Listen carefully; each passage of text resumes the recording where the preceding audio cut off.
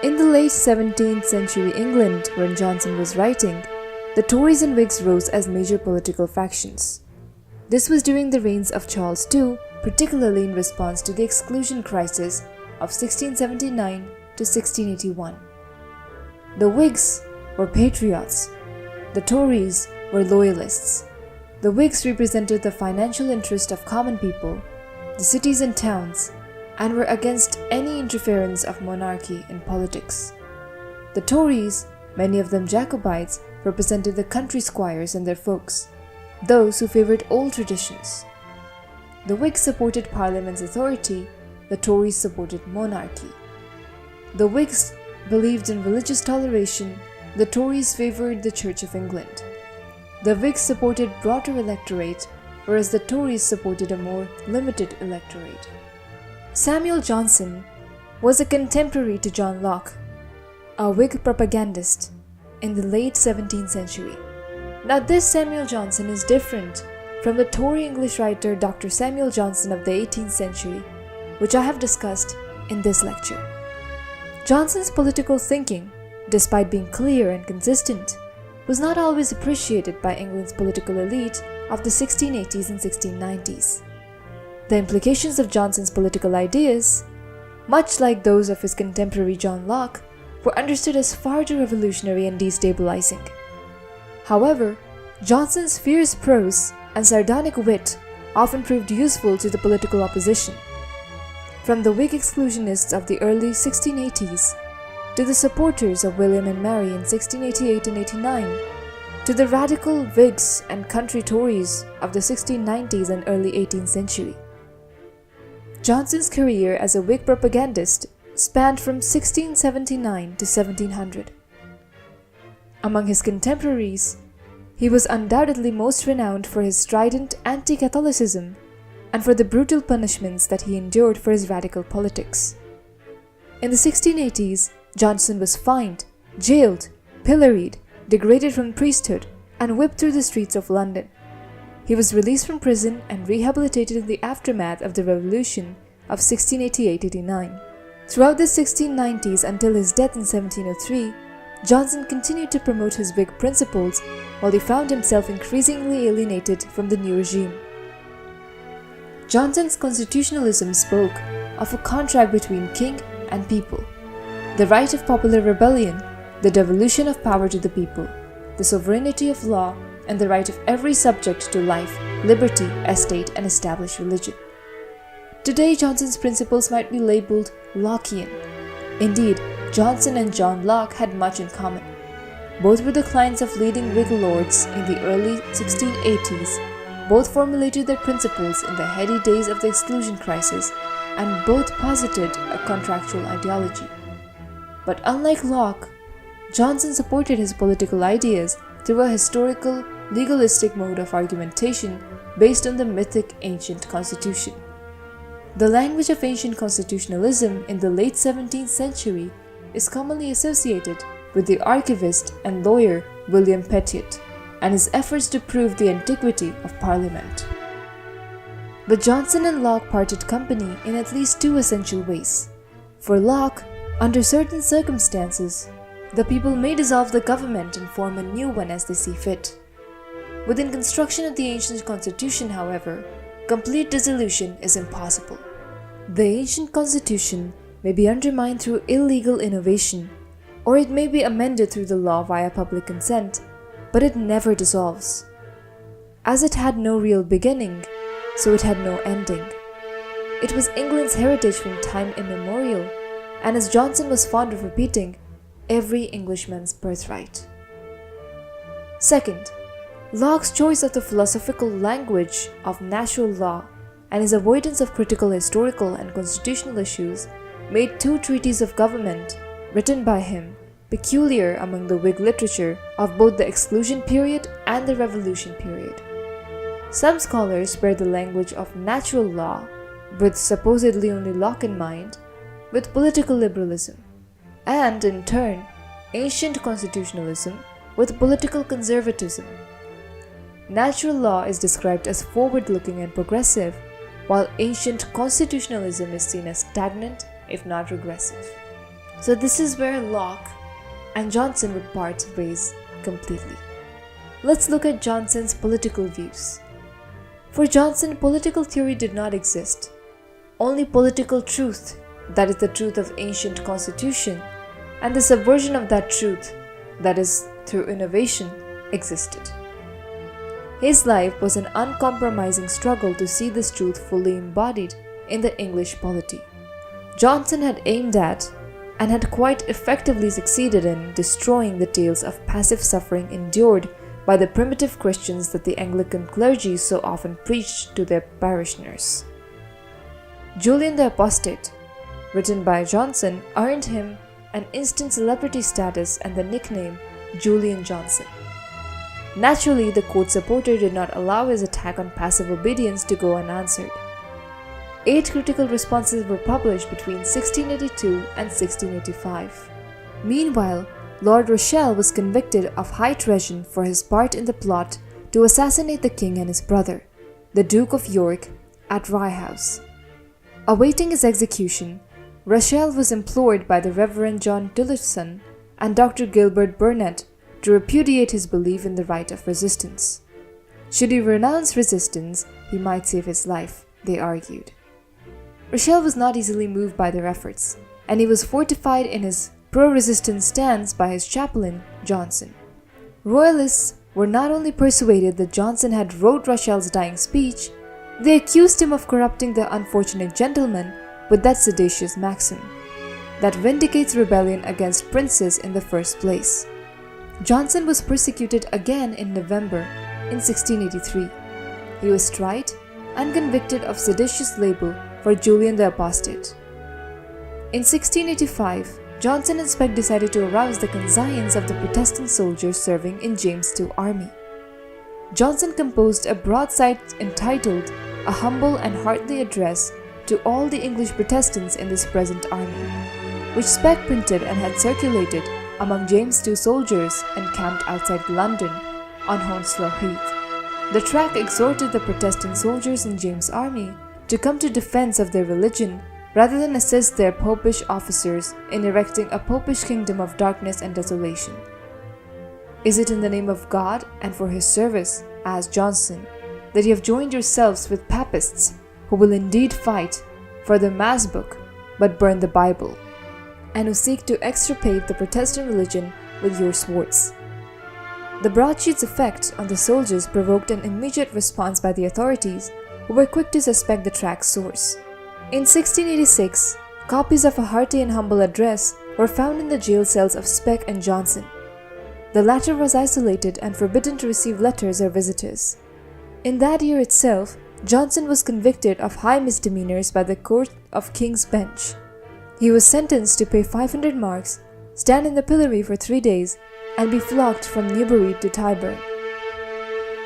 Johnson was also degraded from priesthood upon the pronouncing of this sentence, an act which the church elite believed essential to avoid having a clergyman whipped through the streets.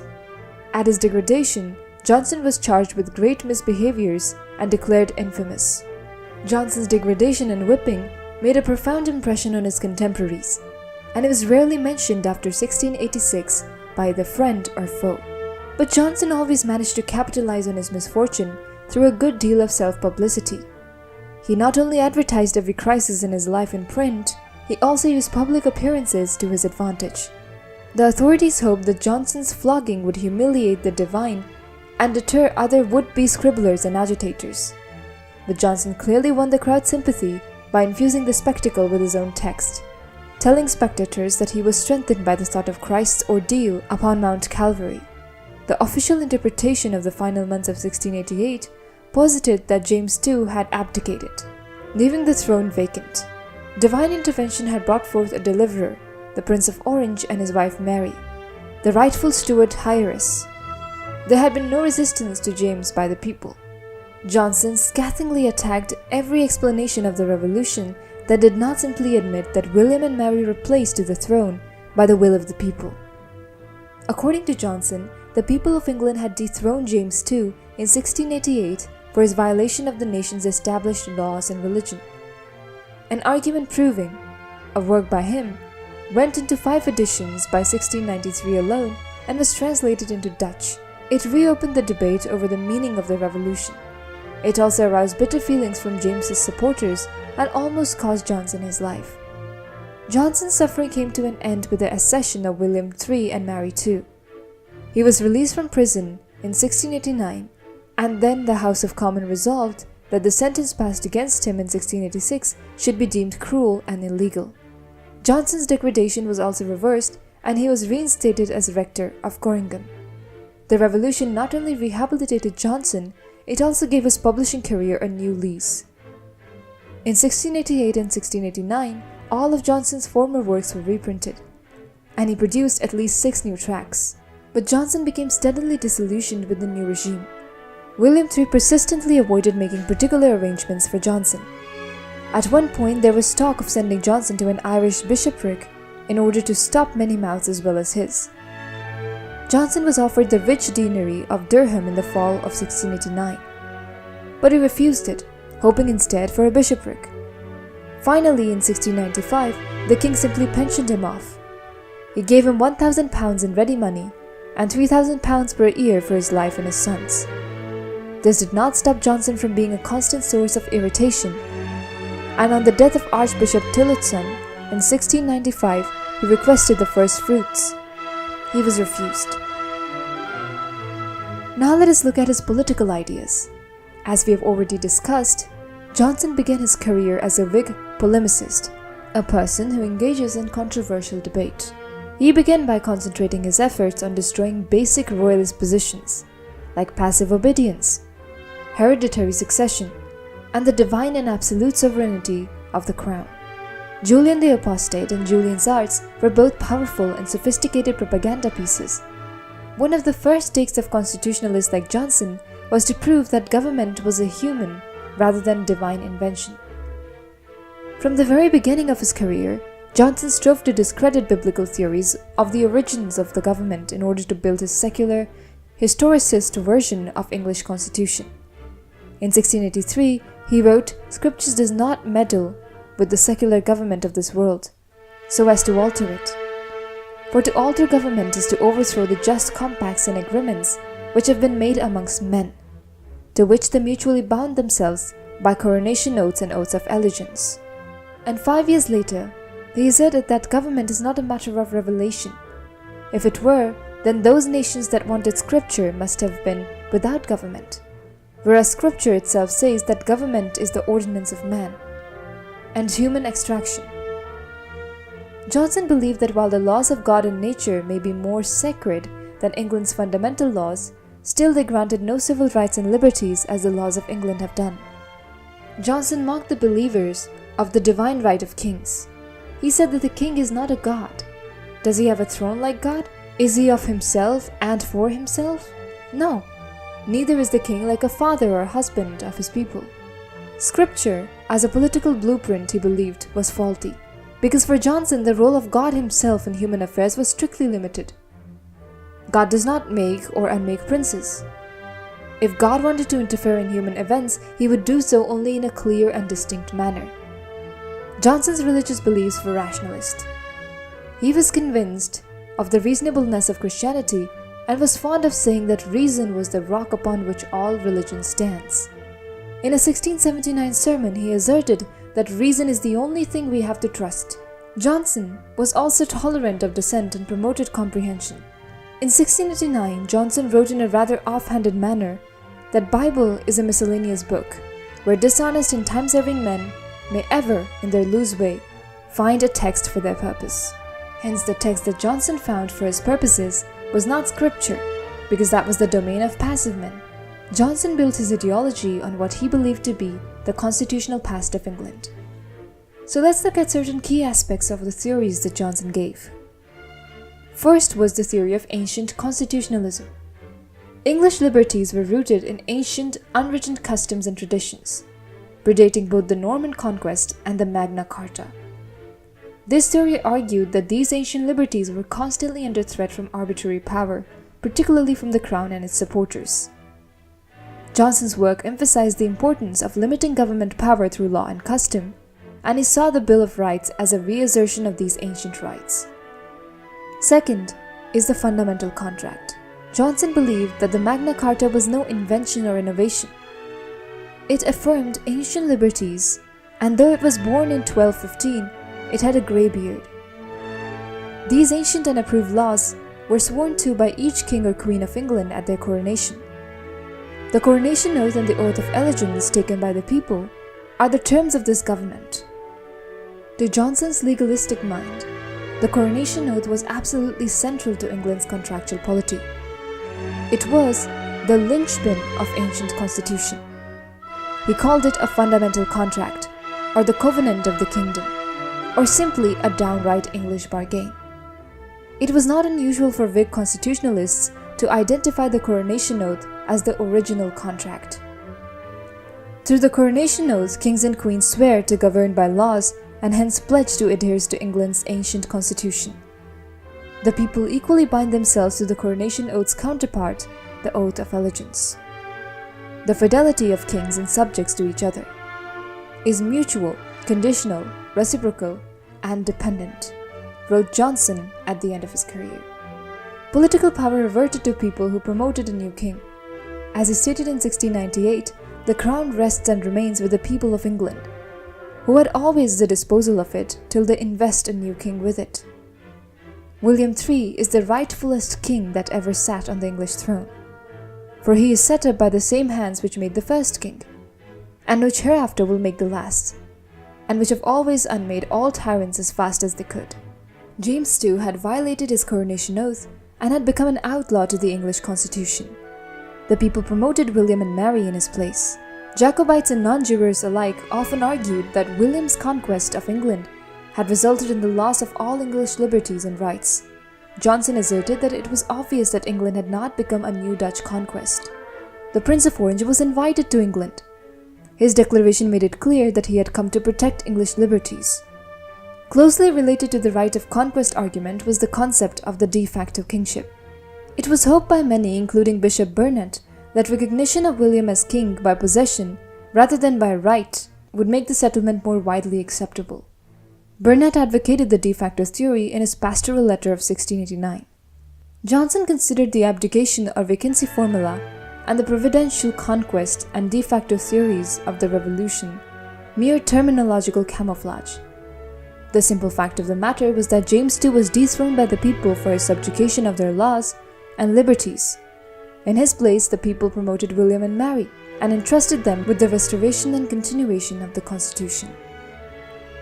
Third, he also talked about sovereignty of laws. Central to Johnson's interpretation of the Constitution was his belief in sovereignty of the law. There is no authority upon earth above the law. The essence of English kingship is governing by the law, and king must suffer the law as others of his people, and he has no power beyond the law. The laws bind every man because every man's conquest is involved in them. Nothing but the same authority and consent can repeal, alter, or explain them. Anyone who breaks the law is a public enemy, and such outlaws must be resisted with force because they are outside the constitutional community. For Johnson, there were two types of forces: the legal force, which protects the law, and the illegal force, which is law perverted and seeks to alter, infringe, or dispense with the established law. Hence, illegal force may be repelled by force. Fourth was his idea of people. The king received his power of his people. They are the custodians of the law, and through the law, they have the right to oppose illegal force, make princes, and destroy tyrants. But who exactly Johnson included within his concept of the people was unclear. He plainly excluded minors and slaves, whom he stated cannot be party to a contract. He probably also excluded women, to whom he usually referred to dismissively, and servants whom he never mentioned.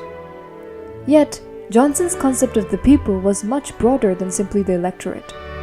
He believed everyone above 16 should swear to the oath of allegiance, and he stated several times that every liege subject has a legal property in his life, liberty, and estate.